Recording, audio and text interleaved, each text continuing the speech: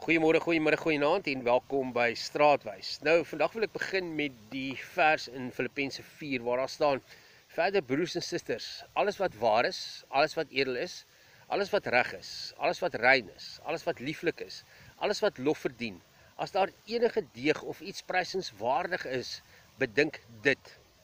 Nou kom ons sê dit reguit vir mekaar.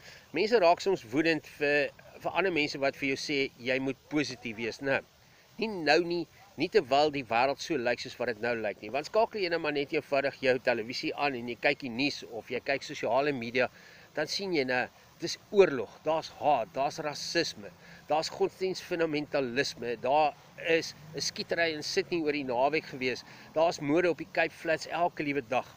Korrupsie in die regering, né? Kommissie op kommissie, daar is plaasmoorde, daar's verdeeldheid, daar's onsekerheid oor die toekoms. En net om dit alles net so op te noem, trek jy al klaar negatief af nou. En dis omdat ons nie op 'n afstand staan en kyk na hierdie goeters nie. Ek en jy staan pens en pootjies binne in dit. Dis ons realiteit nou. Jy kan dit nie ignoreer nie. Jy moet dit raak sien. Jy moet standpunt inneem oor dit. Sonder enige twyfel moet jy daarop kommentaar lewer. En dan boonbehalwe dit alles, is daar nog ook jou eie goeters, né? Jou eie pyn, jou eie hartseer, jou eie gebrokenheid, jou eie eensaamheid, jou eie verlies. Dinge wat niemand op die nuus lees nie, maar wat elke dag saam met jou stap. En is hier waar ons vashak baie keer in die lewe. Want die negatiewe dinge trek jou in jouself in. Dit hou jou vas. En sonder dat jy dit baie keer agterkom, begin dit eenvoudig jou vreugde steel. En nou kom Paulus en hy skryf hierdie vers in Filippense 4 vers 8. En hy doen dit nie vanuit 'n mansion in Clifton met 'n see-uitsig op vakansie nie. Hy skryf hierdie woorde waar hy in die tronk sit, met die kettinge om hom, met die onsekerheid, met geen beheer oor sy omstandighede en sy toekoms nie. Hy leer iets wat baie later ook wat ons lees, wat Viktor Frankl bevestig het. Wat hy gesê het, daar is een ding wat niemand by jou kan vat nie, en dit is jou keuse.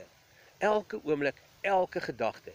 Nie die keuse om te ontken waar jy is nie, nie die keuse om te maak asof dinge nie seer maak nie, maar die keuse om nie ingesuig te word in hierdie dinge nie.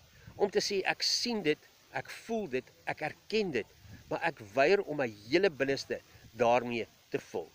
Filippense 4 vers 8 is dis 'n uitnodiging om jou denke doelbewus te rig, om jou kop met ander dinge besig te hou, om te vlieg bo jou omstandighede, nie weg van hulle nie, om te excel, selfs terwyl die wêreld nog stikkend is rondom jou.